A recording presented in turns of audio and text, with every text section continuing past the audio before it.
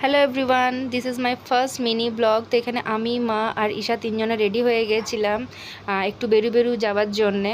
তো বাড়িতে বসে বসে ভীষণ বোর লাগছিল, বেশ কয়েকদিন ধরে বাইরে বেরোতে পারছিলাম না পায়ের জন্যে। তো ভাবলাম চলো আজকে একটু অটো করেই বেরিয়ে আসি। তো মা বললো যেহেতু পায়ে ফ্র্যাকচার, চলো অটো করেই, সামনে দুর্গা মন্দির আছে আমাদের।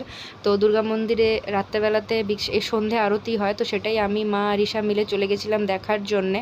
তো এটা দেখে আর আমি এখন রিটার্ন আসছিলাম, এই যে দুর্গা মন্দির। আর এটা হচ্ছে আমাদের রাত্রের আসানসোল। এটা রাত্রের আসানসোল, যেটা দেখতে ভীষণই ভালো লাগছে। তো রিটার্ন আসার সময় আমরা কিছু জিনিসও নিয়ে নিয়েছিলাম, একটু রসমলাই নিয়ে নিয়েছিলাম, আর একটু একটা ব্রেড টোস্ট টাইপের, এটা মানে চিজ দেওয়া থাকে ভিতরে।